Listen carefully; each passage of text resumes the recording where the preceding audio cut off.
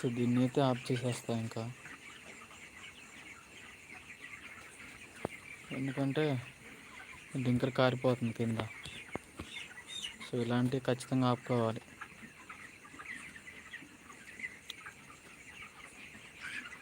రేపు మార్నింగ్ దీన్ని సెట్ చేసుకుంటే క్లియర్ అయిపోద్ది ఇంకా.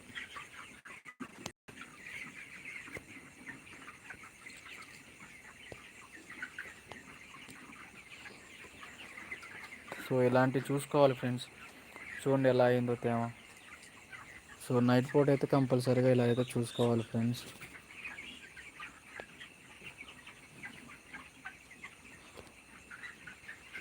చూడండి, ఒకవేళ నేను రాకపోతే మళ్ళీ ఇక్కడ బురద అయ్యేది. సో ఇక్కడ దీన్ని ఇక్కడ ఇలా కట్టేస్తే ఇక్కడ నుంచి నీళ్ళు రావు, ఇంకా ఈ నీళ్ళు అటు వెళ్ళిపోతాయి. ఇంకా